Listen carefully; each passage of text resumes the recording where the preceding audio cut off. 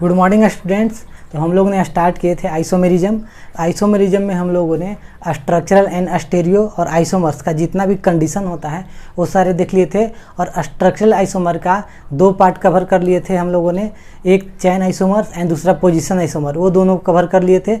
और तीसरा आता है वो फंक्शनल आइसोमर, उसको यहाँ पे कवर करेंगे। उसके साथ साथ रिंग चैन एंड मेटामर्स, तीन आइसोमर को यहाँ पे कवर करेंगे जो कि स्ट्रक्चरल पार्ट आइसोमर का पार्ट है। तो आइए हम लोगों ने देखते हैं पहला functional group isomer. Functional group का आइसोमर को शॉर्ट नेम FGI कर सकते हैं, FGI। तो इसके लिए क्या कंडीशन होना चाहिए, तो जितना भी स्ट्रक्चरल आइसोमर है उस स्ट्रक्चरल आइसोमर के कंडीशन के साथ साथ इसमें एक स्पेशल कैरेक्टर क्या होना चाहिए, क्योंकि इसका पूरा नाम स्ट्रक्चरल फंक्शनल आइसोमर होगा। तो स्ट्रक्चरल के जितने भी कंडीशन है वो तो इस सारे टाइप्स में लागू होंगे, उसके साथ साथ जो स्पेशल कैरेक्टर है वो स्पेशल कैरेक्टर क्या होना चाहिए फंक्शनल ग्रुप में, वो देखते हैं। तो compound having same molecular formula, तो मोलिकुलर फार्मूला तो जनरली ऑल आइसोमर जितने भी आइसोमर शो कर सकते हैं कंपाउंड, वो मोलिकुलर फार्मूला तो सेम होना ही होना चाहिए।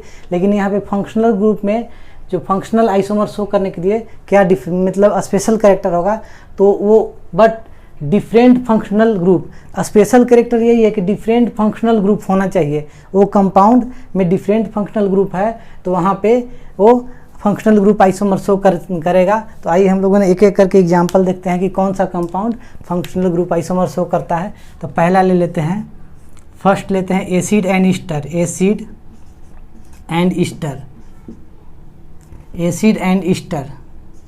तो एसिड और ईस्टर का एक मॉलिकुलर फार्मूला लेते हैं C3H6O2। तो इसके लिए हम लोग एक स्ट्रक्चर बनाते हैं। इसका मॉलिकुलर फार्मूला ये हो गया, मॉलिकुलर फार्मूला MF। तो इसका स्ट्रक्चर हम बनाते हैं, तो एक बना लेते हैं CH3CH2 C double bond OH। तो ये तो हो गया एसिड।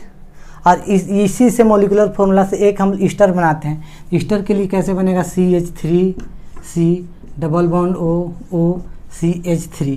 तो यहाँ पे जितने स्ट्रक्चरल फार्मूला का जो भी कंडीशन है ये इस दोनों में सेटिस्फाइड होंगे। उसके साथ साथ ये जो फंक्शनल ग्रुप है डिफरेंट फंक्शनल ग्रुप होना चाहिए to show the functional group isomer, तो वो यहाँ पे लागू होगा। देखिए यहाँ पे ये मॉलिकुलर फार्मूला है, तो मॉलिकुलर फार्मूला सेम है, तो इसके साथ साथ मॉलिकुलर फार्मूला दोनों का सेम है।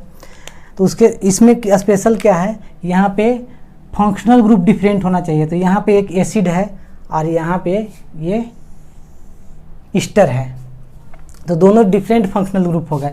ये दोनों डिफरेंट फंक्शनल ग्रुप है, different functional group, different functional group है। तो ये दोनों आपस में फंक्शनल आइसोमर शो करेंगे। तो यहाँ लिखेंगे, इसको फर्स्ट दे देता हूँ, इसको सेकेंड दे देता हूँ, तो लिख देंगे 1 and 2 आर फंक्शनल आइसोमर। दूसरा एग्जाम्पल लेते हैं बी में, ये तो पहला था। दूसरा एग्जाम्पल लेते हैं, दूसरा ले लेते हैं एसिड, नहीं दूसरा ले लेते हैं इसको साइनाइड और आइसोसाइनाइड, CH3। इसको हिंदी में पहले लिख देते हैं साइनाइड, साइनाइड एंड आइसोसाइनाइड। तो उसका मॉलिकुलर फार्मूला CH3CN, ये साइनाइड हो गया। इसका मॉलिकुलर फार्मूला यही होगा साइनाइड का। तो यहाँ पे दो इससे साइनाइड और आइसोसाइनाइड बनाते हैं, तो CH3C ट्रिपल बॉन्ड N, ये तो हो गया साइनाइड। और इससे एक N को यहाँ पे जोड़ देते हैं, C को उधर।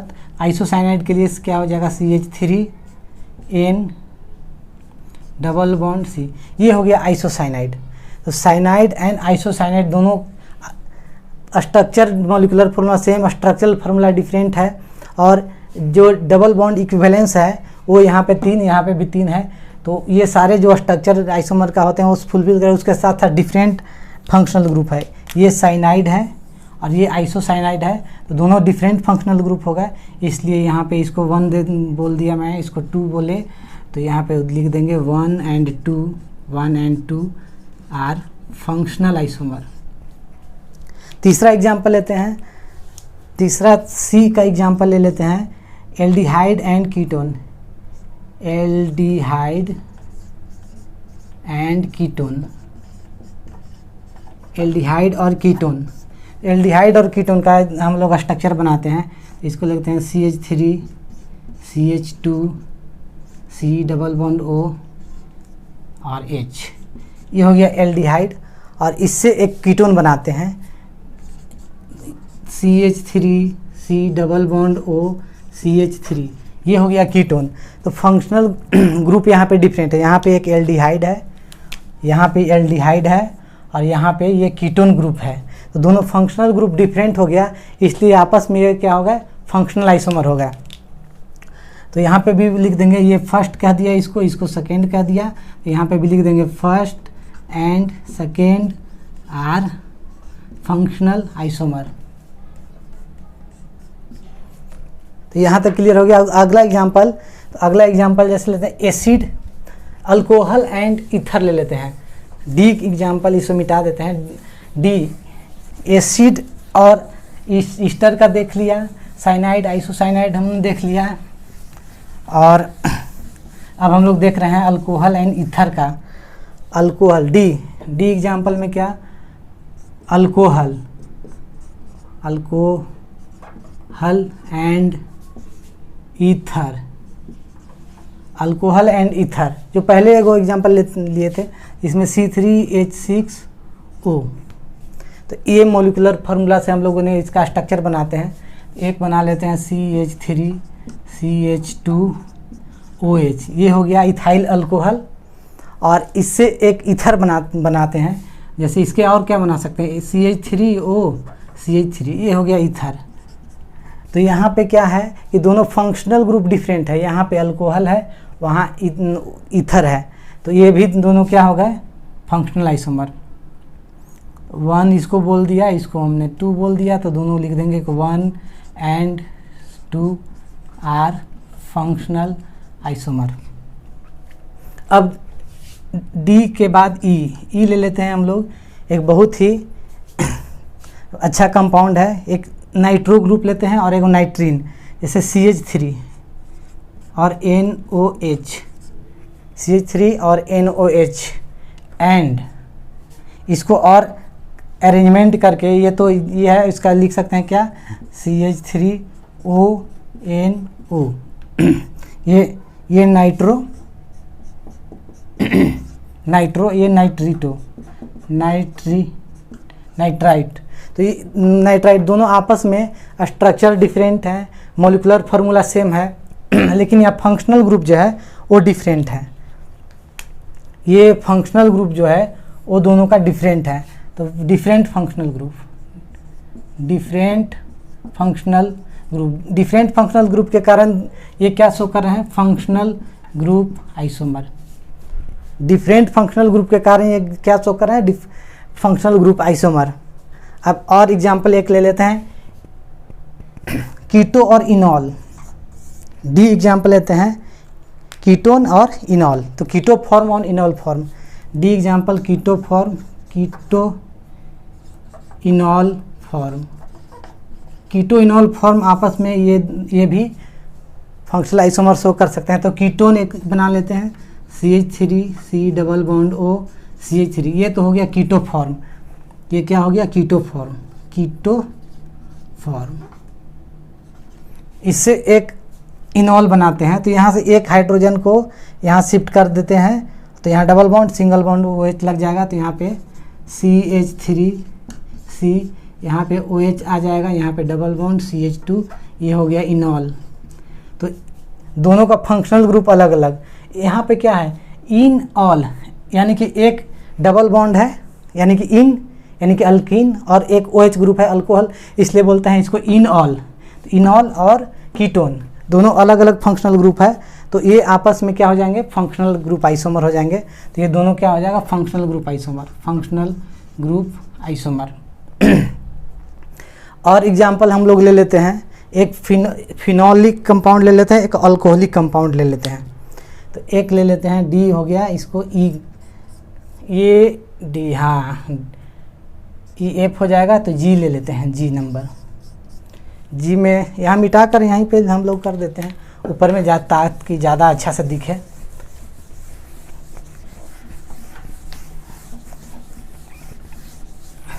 एक ले लेते हैं F नंबर हो गया ना, F नंबर में एक बेंजीन रिंग बना लेते हैं हम लोग। ये बेंजीन रिंग हो गया, यहाँ पे CH2 और एक OH लगा दिए, तो ये क्या हो गया, अल्कोहलिक कंपाउंड हो गया, अल्कोहलिक कंपाउंड हो गया। ये क्या हो गया, अल्कोहलिक कंपाउंड हो गया। और एक बना लेते हैं फिनोलिक कंपाउंड। ये देखिए,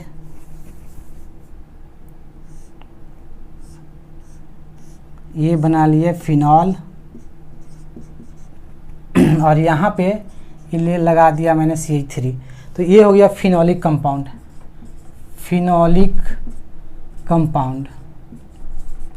तो आपस में ये दोनों को देखिए, यहाँ पे अल्कोहल है, ये अल्कोहलिक कंपाउंड है, ये फिनोलिक है, तो दोनों आपस में फंक्शनल ग्रुप डिफरेंट होगा, तो इसलिए ये आपस में दोनों फंक्शनल ग्रुप आइसोमर शो करेंगे। तो ये सब फंक्शनल ग्रुप आइसोमर बहुत सारे एग्जाम्पल हैं, तो मतलब दुनिया भर के एग्जाम्पल हैं, लेकिन जब भी आपको ऐसा दिखे तो आप फंक्शनल ग्रुप आइसोमर उसको देख के बनाइए कि कौन सा पहचानना आएगा, तो वो सब पहचान सकते हैं। तो अब एक बहुत इंपॉर्टेंट सवाल आता है यहाँ पे कि how many minimum carbon atom required to show the functional isomer of any compound. कोई भी कंपाउंड में फंक्शनल आइसोमर शो होने के लिए मिनिमम कार्बन एटम कितना रिक्वायर्ड है, तो मिनिमम कार्बन एटम रिक्वायर्ड कितना होगा, तो यहाँ पे जैसे हम लोग देखे थे नाइट्रो वाला CH3NO2 एंड नाइट्राइट CH3ONO, तो यहाँ पे दोनों फंक्शनल आइसोमर शो कर रहे हैं, लेकिन कार्बन इसमें दोनों में एक ही है।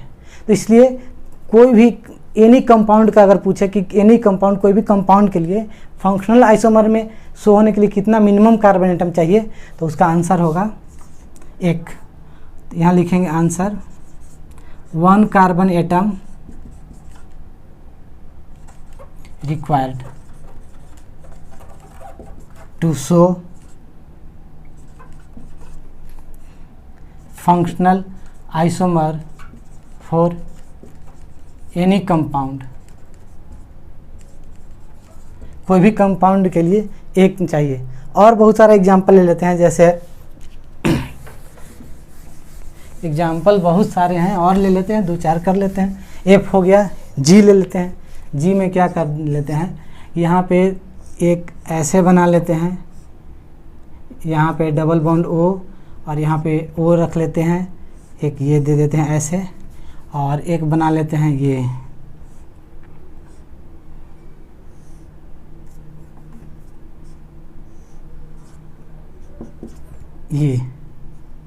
तो ये दोनों जो है आपस में फंक्शनल आइसोमर शो करेंगे। कैसे, देखिए ये जो है ये ईस्टर फंक्शनल ग्रुप हो गया। ये क्या है, ईस्टर, ये ईस्टर, और ये क्या हो गया, कीटोन। तो दोनों फंक्शनल ग्रुप डिफरेंट होगा, तो फंक्शनल ग्रुप डिफरेंट है तो कौन सा आइसोमर शो होगा, फंक्शनल आइसोमर शो करेगा।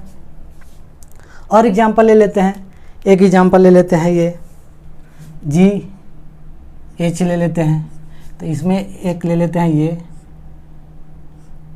यहाँ पे NH लगा देते हैं, NH, और यहाँ पे डबल बॉन्ड O, ये ऐसे कर दिया मैं, और एक ऐसे ले लेते हैं, यहाँ पे डबल बॉन्ड O, और यहाँ पे NH लगाएंगे, और ये भी आपस में क्या हो जाएंगे, ये दोनों आपस में फंक्शनल ग्रुप होंगे, फंक्शनल ग्रुप आइसोमर। क्यों, क्योंकि देखिए यहाँ पे ये जो है एमाइड ग्रुप है, फंक्शनल ग्रुप का ये एमाइड ग्रुप हो गया, एमाइड, और ये कौन हो गया, ये कीटोन हो गया।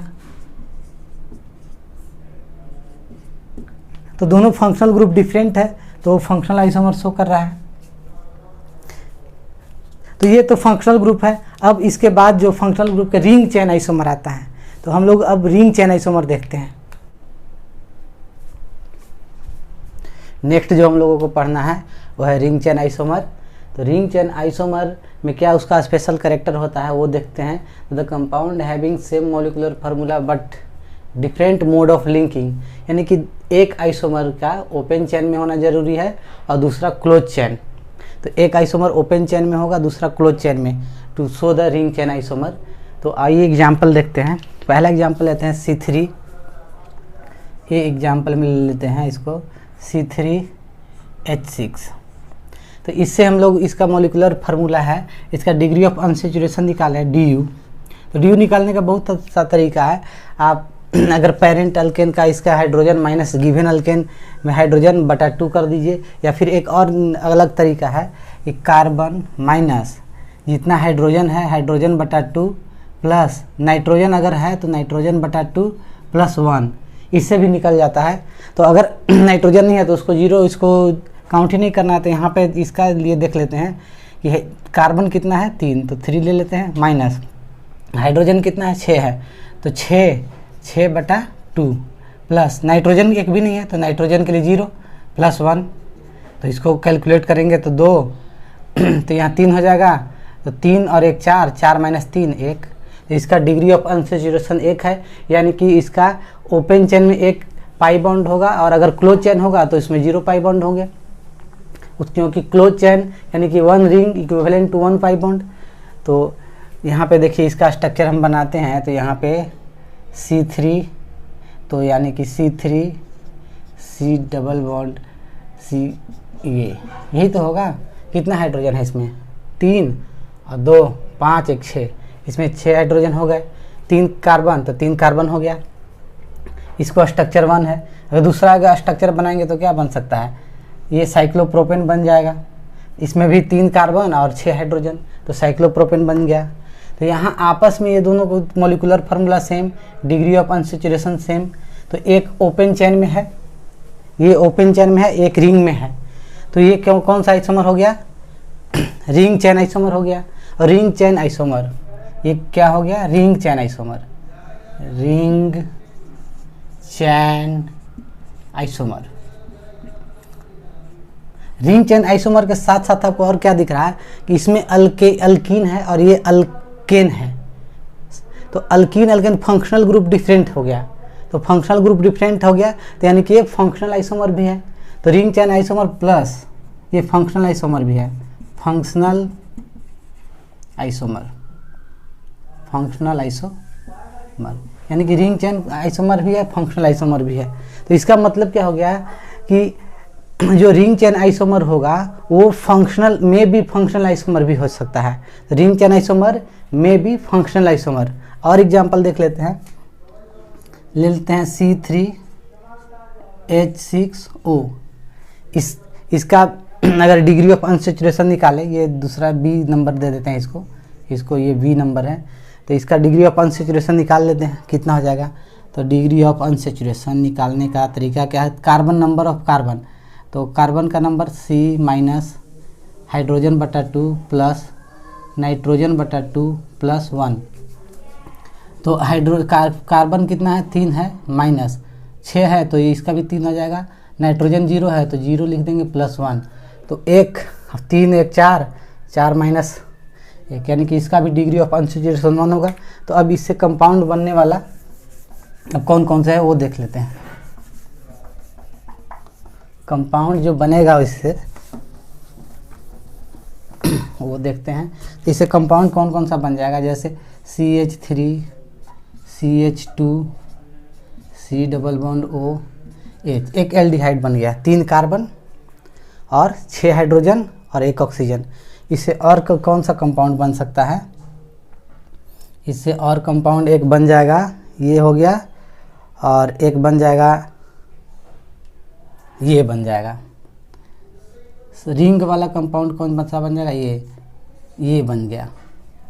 अभी आपस में एक तो ओपन चेन है और एक रिंग है, तो आपस में तो रिंग चेन आइसोमर हो गए ये दोनों। और साथ साथ फंक्शनल ग्रुप भी डिफरेंट है, इसमें एल्डिहाइड है, इसमें अल्कोहल है, तो फंक्शनल ग्रुप डिफरेंट हो गए। तो ये भी क्या हो गया, ring chain isomer, ring chain isomer plus functional different है, बाकी सारे तो सेम है, तो ये फंक्शनल आइसोमर भी हो गया, फंक्शनल आइसोमर। तो यहाँ से कंक्लूजन क्या निकल के आता है कि जो भी रिंग चेन आइसोमर होगा मे बी फंक्शनल आइसोमर, हमेशा ज़रूरी नहीं है कि जो रिंग चेन आइसोमर होगा वो हमेशा फंक्शनल आइसोमर होगा, लेकिन ये मे बी, अगर रिंग चेन आइसोमर है तो मे बी फंक्शनल आइसोमर, लेकिन जो फंक्शनल आइसोमर है वो रिंग चेन नहीं होगा। तो यहाँ पे एक नोट, इम्पोर्टेंट नोट्स लिख लेते हैं, तो इसे मिटा देते हैं और एक इम्पोर्टेंट नोट लिख लेते हैं। ये सारे देख लिए। तो इम्पोर्टेंट नोट्स क्या है कि रिंग चेन आइसोमर में be functional isomer but priority goes to ring chain isomer का, हमेशा प्रायोरिटी हमको देना है रिंग चेन आइसोमर का। तो यहाँ पे एक नोट लिख लेंगे, note ring chain isomer, ring chain isomer में बी फंक्शनल आइसोमर बट आपको प्रायोरिटी किसको देना है, प्रायोरिटी गोज टू, हमेशा किसको प्रायोरिटी देना है, रिंग चेन को। अगर फंक्शनल भी है तो आपको प्रायोरिटी रिंग चेन आइसोमर को ही देना है, रिंग चेन आइसोमर। ये समझ में आया। अगर कोई भी रिंग चेन आइसोमर है तो वो फंक्शनल में भी फंक्शनल हो सकता है, हमेशा ज़रूरी नहीं है, लेकिन अगर फंक्शनल है तो वो रिंग चेन आइसोमर नहीं होगा, वो फंक्शनल ही होगा। तो आगे एक एग्जांपल हम लोग देख लेते हैं। एक ले लेते हैं C4H6। तो इसका हम लोग डिग्री ऑफ अनसैचुरेशन निकालेंगे तो कितना आ जाएगा, DO। एक दूसरा तरीका भी देख लेते हैं जो कि हम लोग पहले से वो एक लेक्चर बना रखा था, उसमें भी है। तो नंबर ऑफ इसमें हाइड्रोजन कितना हो जाएगा पेरेंट अल्केन में, तो 4 है। तो 4, इसका जनरल फार्मूला अल्केन का कितना आता है, CnH2n+2 होता है। तो 4 है, तो 4 दूना 8, 9 10, 10 और 4, 4 दूना 8, 9 10, इसमें 10 हाइड्रोजन हो जाएगा, 10 हाइड्रोजन। तो इसमें कितना दिया है 6, तो बटा 2, तो कितना हो जाएगा 4, तो 4 बटा 2 2, 4 बटा 2 यानी कि 2। इसमें जो होगा वो डिग्री ऑफ अनसैचुरेशन कितना हो जाएगा, 2 हो जाएगा। इसका डिग्री ऑफ अनसैचुरेशन कितना हो गया, 2। इसका डिग्री ऑफ अनसैचुरेशन 2 हो गया। तो अब इससे हम लोग कंपाउंड बनाते हैं। 4 कार्बन का एक बना लेते हैं। 4 कार्बन में 2 डिग्री ऑफ अनसैचुरेशन, यानी कि एक ट्रिपल बॉन्ड रह सकता है। पहला हो गया, इसको फर्स्ट कह देते हैं। इसमें जितना हाइड्रोजन है उसको सेटिस्फाइड कर देंगे। हाइड्रोजन यहाँ पे 3 लग जाएगा, इस पे तो कुछ नहीं, यहाँ पे भी 3, तो 3 3 6 हाइड्रोजन और 4।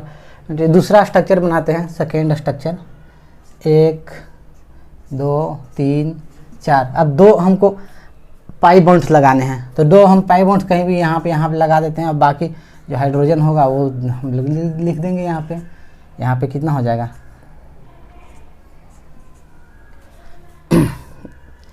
2 हाइड्रोजन यहाँ और 2 हाइड्रोजन, 2 2 4 और 1 1 हाइड्रोजन यहाँ पे लग जाएगा। 1 हाइड्रोजन यहाँ, 1 हाइड्रोजन यहाँ। तो इसको स्ट्रक्चर हम 2 बोल दिए, सेकेंड स्ट्रक्चर। और 3 में एक ले लेते हैं साइक्लो कंपाउंड, ये साइक्लोब्यूटीन। और एक और ले लेते हैं कंपाउंड, ये हो जाएगा, ये कंपाउंड कैसा बन सकता है, ये बन जाएगा। यहाँ पे मिथाइल ग्रुप जोड़ देंगे और एक डबल बॉन्ड अनसैचुरेशन, इसके अंदर भी 2 बॉन्ड हो गया। तो 1 फर्स्ट इसको बोल दिया, इसको सेकेंड, इसको थर्ड, इसको फोर्थ। तो अब हम लोग देखेंगे कि यहाँ पे फर्स्ट और सेकेंड क्या है। फर्स्ट और सेकेंड आपको क्या दिख रहा है, फर्स्ट और सेकेंड क्या दिख रहा है वो देखिए। सेकेंड, फर्स्ट और थर्ड क्या दिख रहा है वो देखिए। तो सब आपस में हम लोग कंपैरिजन करेंगे और देखेंगे कि कौन सा आइसोमर क्या है। तो पहला और दूसरा क्या है, दोनों ओपन चेन में है, तो और फंक्शनल ग्रुप डिफरेंट है। यहाँ पे अल्कीन है, यहाँ पे अल्काइन है, तो ओपन चेन दोनों है, तो रिंग चेन आइसोमर तो हो नहीं सकता है। तो ये क्या हो सकता है, फंक्शनल आइसोमर। तो यहाँ पे लिख देंगे आंसर में पहला देते हैं फर्स्ट एंड सेकेंड क्या है, फर्स्ट एंड सेकेंड क्या है, तो फंक्शनल आइसोमर। ये हो गया फंक्शनल।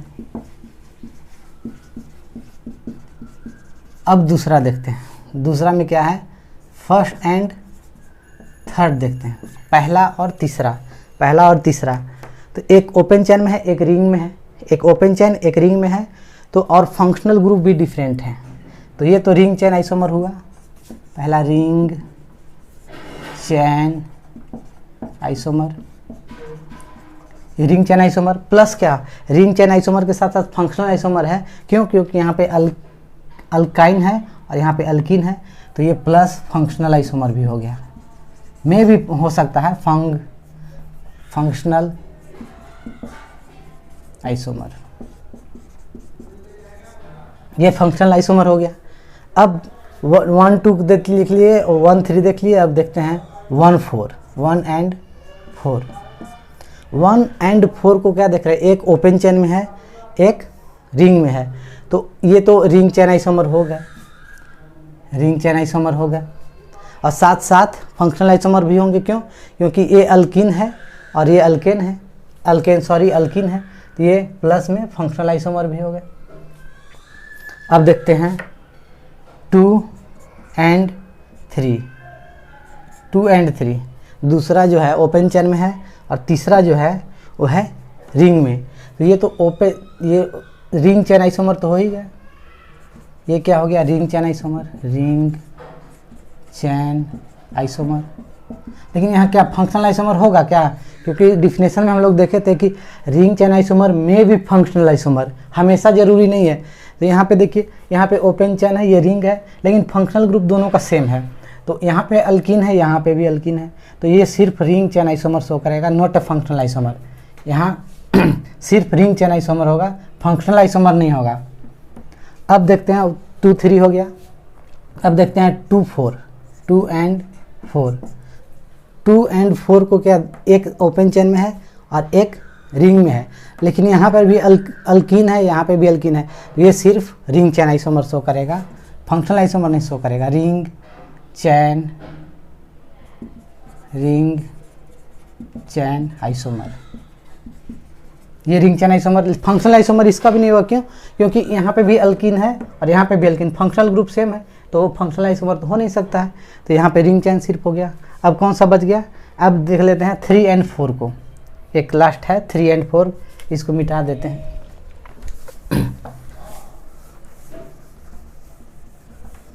और इसको, अच्छा ठीक है, कोई बात नहीं है, 3 4 दिख रहा है।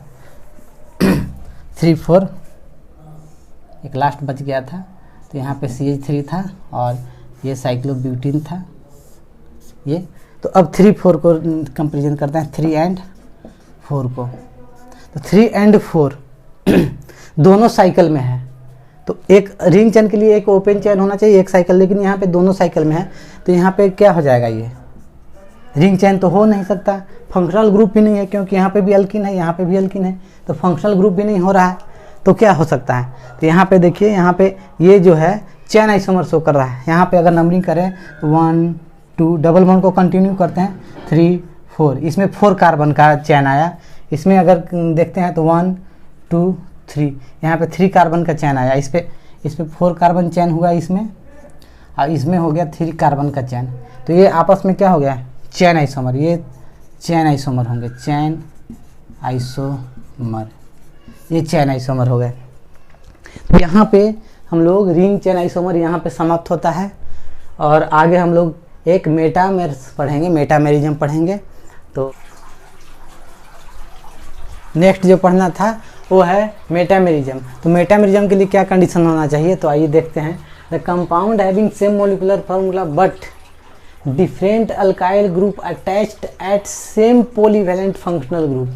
तो इसका मतलब क्या हुआ कि जो सेम पॉलीवैलेंट फंक्शनल ग्रुप है उसके either side different alkyl group होना चाहिए टू शो द मेटामर्स।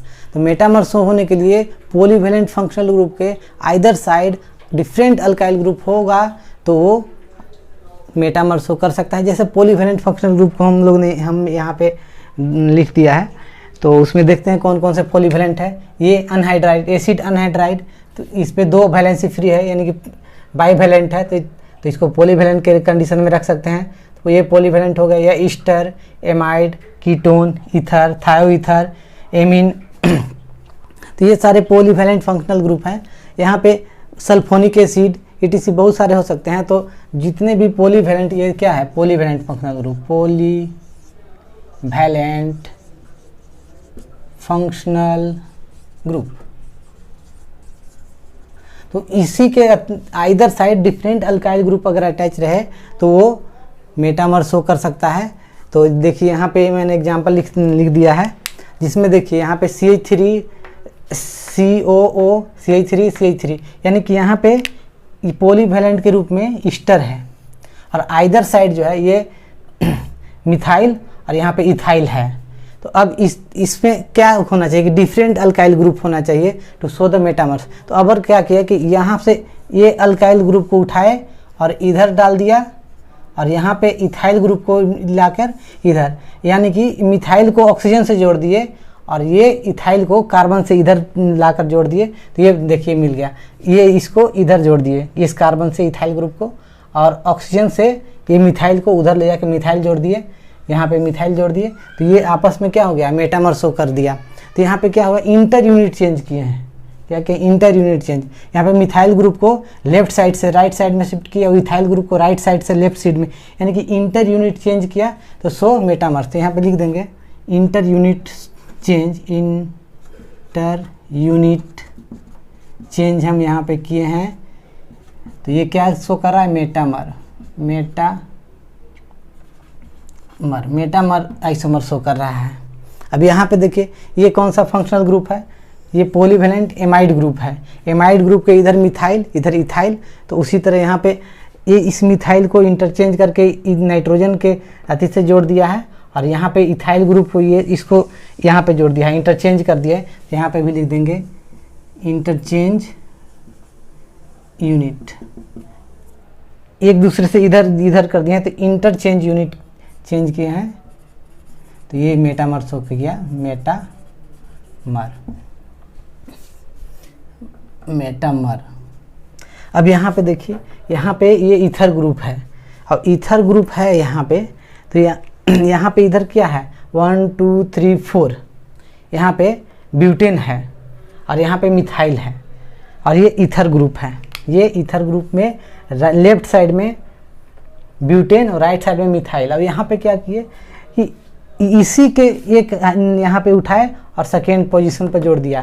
तो ये इसमें इंट्रा यूनिट चेंज किए, इसमें क्या किया, इंट्रा यूनिट, इधर वाला को इधर से चेन छोटा कर दिए। इसमें कितना हो गया, 1 2 3 4, इसमें 4 कार्बन है 4 चेन का।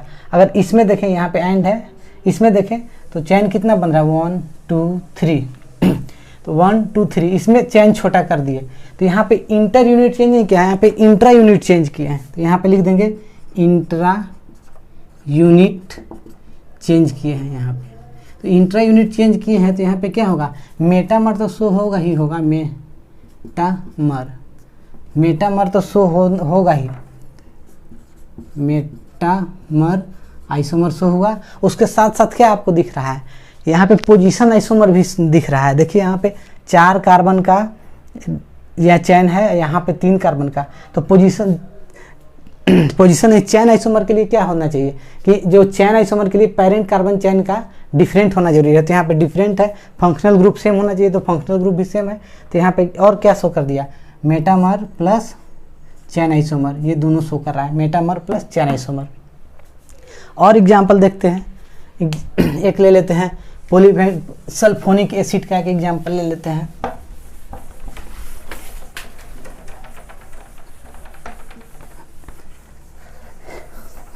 जैसे मान लीजिए कि एक बेंजीन को बना लिया मैंने, बेंजीन यहाँ पे, ये रहा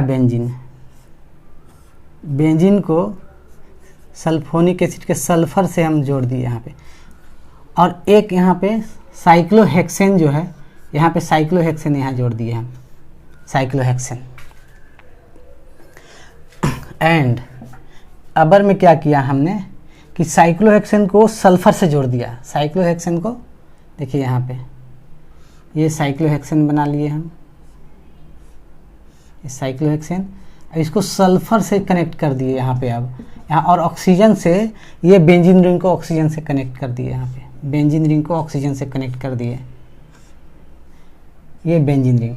तो देखिए अब अल्काइल ग्रुप जो है आपस में इंटरचेंज होगा। जैसे ये बेंजीन रिंग को सल्फर से पहले जुड़ा था और यहाँ पे बेंजीन रिंग ऑक्सीजन से जुड़ गया, तो ये इंटरकनेक्टेड इंटरचेंज यूनिट हो गया। तो ये कौन क्या शो करेगा? मेटामर्स। तो यहाँ पे लिख देंगे inter unit change, inter unit change किया मैंने, इंटर यूनिट चेंज किया तो क्या शो किया? मेटामर। अगर यहाँ पे ये तो है, अगर यहाँ पे डायरेक्ट आपको ऐसे दे देता तो थोड़ा कन्फ्यूजन होता। अगर ये आपको ऐसे डायरेक्ट दे देता SO3, यहाँ पे भी SO3 लगा देता तो अब थोड़ा सा कन्फ्यूजन होता कि अब हम इसको क्या बोलें, ये मेटामर शो कर रहा है कि नहीं कर रहा है, सेम कंपाउंड है। लेकिन इसको अगर स्ट्रक्चर खोल कर देखेंगे तो ये शो करेगा मेटामर। अगर एक एग्जांपल और लेते हैं, यहाँ पे एक बेंजीन रिंग और बनाते हैं। देखिए ये बेंजीन रिंग है और यहाँ ईथर ग्रुप है, ऑक्सीजन से एक साइक्लोहेक्सेन को जोड़ दिए, और एक और कंपाउंड बनाते हैं। यहाँ पे ये साइक्लोहेक्सेन इधर बना देते हैं, ये साइक्लोहेक्सेन हो गया और ऑक्सीजन से इधर राइट साइड में बेंजीन रिंग जोड़ दिए हम। अब ये बताइए, अब ये क्या है? मेटामर्स। क्या शो कर रहा है? ये सेम कंपाउंड है। ये ऑक्सीजन से इधर साइड लेफ्ट राइट किधर भी घुमाएंगे तो ये आपस में वहीं के वहीं रहेंगे, सिर्फ उसका पोजीशन इधर उधर हो रहा है। तो ये कोई नहीं, सेम कंपाउंड है। तो यहाँ क्या लिख देंगे? यहाँ सेम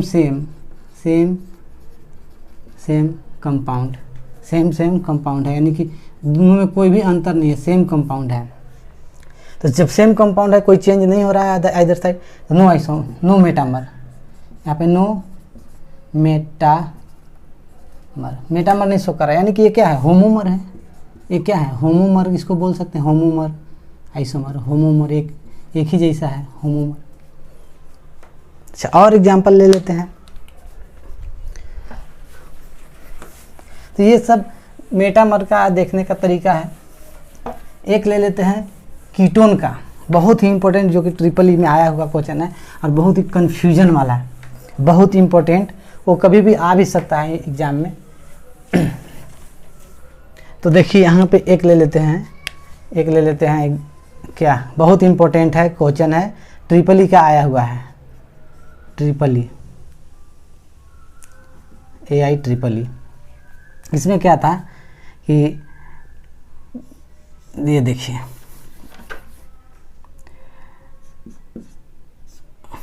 ये है और ये है 1 2 3 4, ये कार्बन है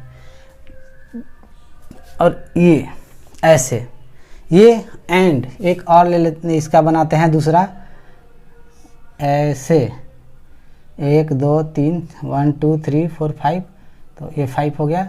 अब यहाँ पे ऑक्सीजन को, कीटोन को यहाँ जोड़ देते हैं। अब देखिए यहाँ पे क्या किए? यहाँ पे इंटर यूनिट चेंज किए हैं। यहाँ पे एक कार्बन को फिर राइट साइड में ले गए, एक कार्बन को राइट साइड में ले गए, तो यहाँ पे एक कार्बन था तो इसको दो कार्बन कर दिए। तो अब आपस में क्या है? यहाँ पे लिख देंगे इंटर यूनिट चेंज किए, इंटर यूनिट यहाँ पे चेंज किए। इंटर यूनिट चेंज करने से क्या हुआ? ये मेटामर तो शो किया ही किया, क्या होगा? मेटामर शो किया। और कौन सा शो करेगा? अब देखिए यहाँ पे फंक्शनल ग्रुप जो है, ये फंक्शनल ग्रुप कीटोन है, तो यहाँ पे है। अब फंक्शनल ग्रुप को बीच में ला दिए, तो यहाँ पे फंक्शनल ग्रुप का पोजीशन चेंज हो गया, तो ये और कौन सा शो करेगा? प्लस पोजीशन आइसोमर शो करेगा, पोजीशन आइसोमर। ये पोजीशन आइसोमर शो किया।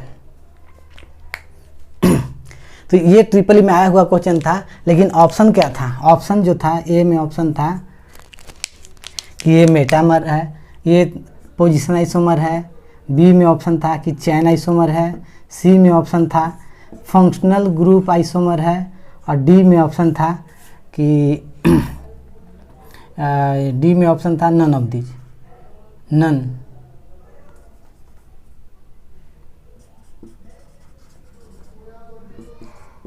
तो यहाँ पे देखिए ये तो मेटामर एंड पोजीशन दोनों शो कर रहा है, यहाँ पे मेटामर और पोजीशन दोनों शो कर रहा है। तो जब ऑप्शन मेटामर रहता तो मेटामर जाता, अगर ऑप्शन मेटामर में नहीं है तो ये क्या पोजीशन भी करा, इसलिए पोजीशन आइसोमर्स आंसर जाएगा। अच्छा, अब यहाँ पे कुछ कंक्लूजन देख लेते हैं।